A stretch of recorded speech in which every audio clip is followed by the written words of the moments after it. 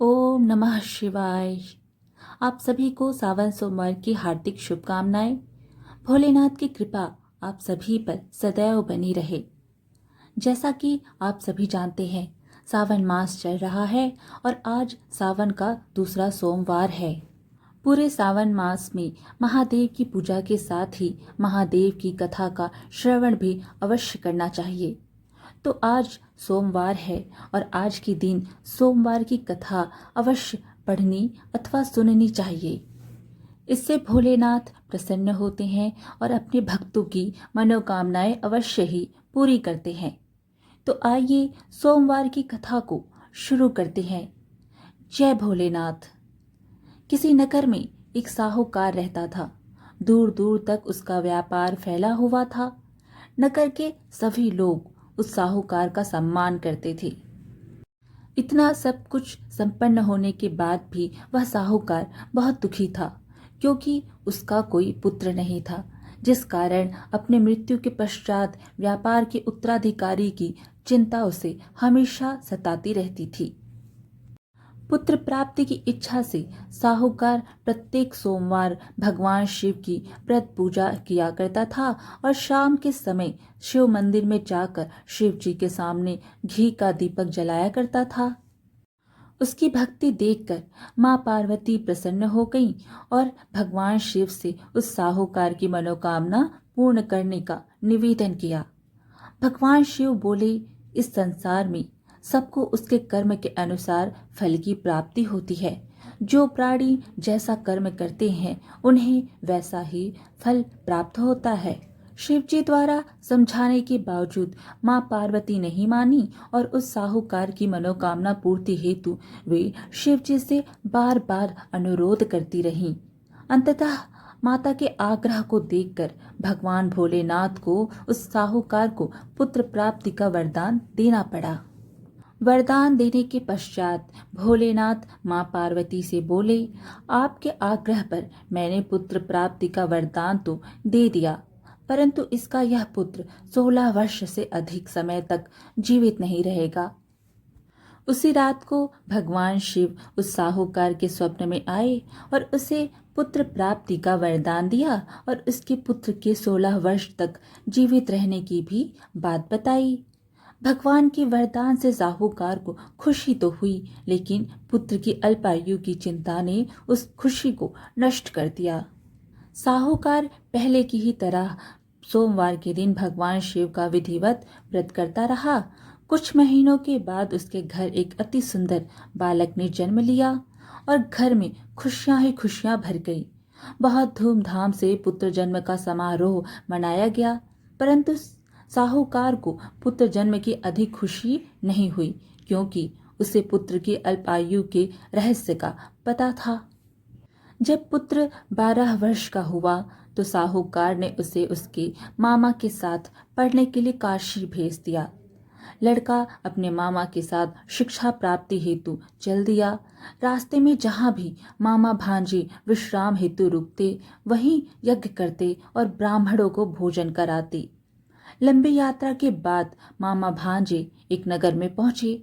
उस दिन नगर के राजा की कन्या का विवाह था, जिस कारण पूरे नगर को सजाया गया था।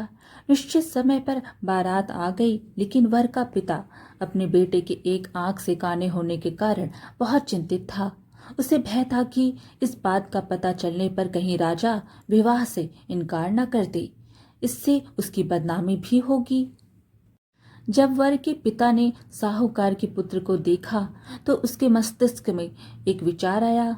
उसने सोचा, क्यों ना इस लड़के को दूल्हा बनाकर राजकुमारी से विवाह करा दूं। विवाह के बाद इसको धन देकर विदा कर दूंगा और राजकुमारी को अपने नगर ले जाऊंगा। वर के पिता ने लड़के के मामा से इस संबंध में बात की। मामा ने धन मिलने के लालच में वर के पिता की बात स्वीकार कर ली। लड़के को दूल्हे का वस्त्र पहनाकर राजकुमारी से विवाह कर दिया गया। राजा ने बहुत सारा धन देकर राजकुमारी को विदा किया। शादी के बाद लड़का जब राजकुमारी के साथ लौट रहा था तो वह सच नहीं छिपा सका और उसने राजकुमारी के ओढ़नी पर लिख दिया, राजकुमारी, तुम्हारा विवाह मेरे साथ हुआ था।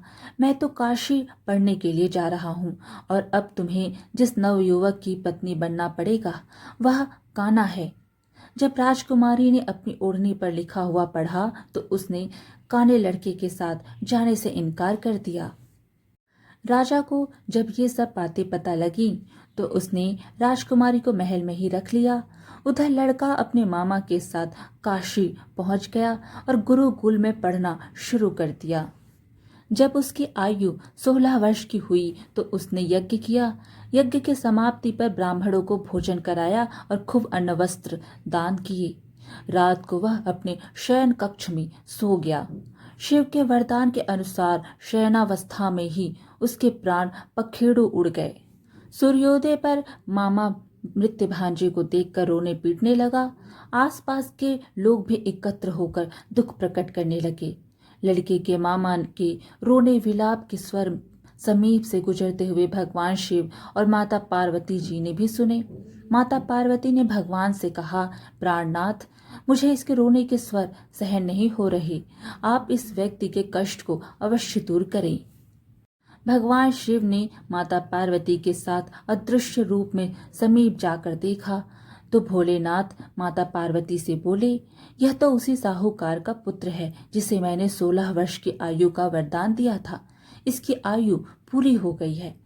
माँ पार्वती ने फिर भगवान शिव से निवेदन कर उस बालक को जीवन देने का आग्रह किया। माता पार्वती के आग्रह पर भगवान शिव ने उस लड़के को जीवित होने का वरदान दिया और कुछ ही पल में वह जीवित होकर उठ बैठा। शिक्षा समाप्त करके लड़का मामा के साथ अपने नगर की ओर चल दिया। दोनों चलते हुए उसी नगर में पहुंचे जहां उसका विवाह हुआ था। उस नगर में भी यज्ञ का आयोजन किया। समीप से गुजरते हुए नगर के राजा ने यज्ञ का आयोजन देखा और उसने तुरंत ही लड़के और उसके मामा को पहचान लिया। यज्ञ के समाप्त होने पर राजा मामा और लड़के को महल में ले गया और कुछ दिन उन्हें महल में रखकर बहुत सा धन वस्त्र आदि देकर राजकुमारी के साथ विदा कर दिया। इधर भूखे प्यासे रहकर साहूकार और उसकी पत्नी बेटे की प्रतीक्षा कर रहे थे। उन्होंने प्रतिज्ञा कर रखी थी कि यदि उन्हें अपने बेटे की मृत्यु का समाचार मिला तो दोनों अपने प्राण त्याग देंगे। परंतु जैसे ही उसने बेटे के जीवित वापस लौटने का समाचार सुना तो वह बहुत प्रसन्न हुआ। वह अपनी पत्नी और मित्रों के साथ नगर के द्वार पर पहुंचा। अपने बेटे के विवाह का समाचार सुनकर पुत्रवधू राजकुमारी को देखकर उसकी खुशी का ठिकाना ना रहा। उसी रात भगवान शिव ने साहूकार के स्वप्न में आकर कहा, हे सृष्टि, मैंने तेरे सोमवार के व्रत करने और व्रत कथा सुनने से प्रसन्न होकर तेरे पुत्र की लंबी आयु प्रदान की है। पुत्र की लंबी आयु जानकर साहूकार बहुत प्रसन्न हुआ। शिव भक्त होने तथा सोमवार का व्रत करने से साहूकार की सभी मनोकामनाएं पूर्ण हुई। इसी प्रकार जो भक्त सोमवार का विधिवत व्रत करते हैं और व्रत कथा सुनते हैं उनकी सभी इच्छाएं पूरी होती हैं। आज की कथा यहीं पर समाप्त हुई। फिर मिलेंगे एक और धार्मिक कथा के साथ। वीडियो पसंद आए तो लाइक शेयर ज़रूर करें और धार्मिक कथाएं सुनने के लिए हमारे चैनल को सब्सक्राइब कर लीजिए। हर हर महादेव।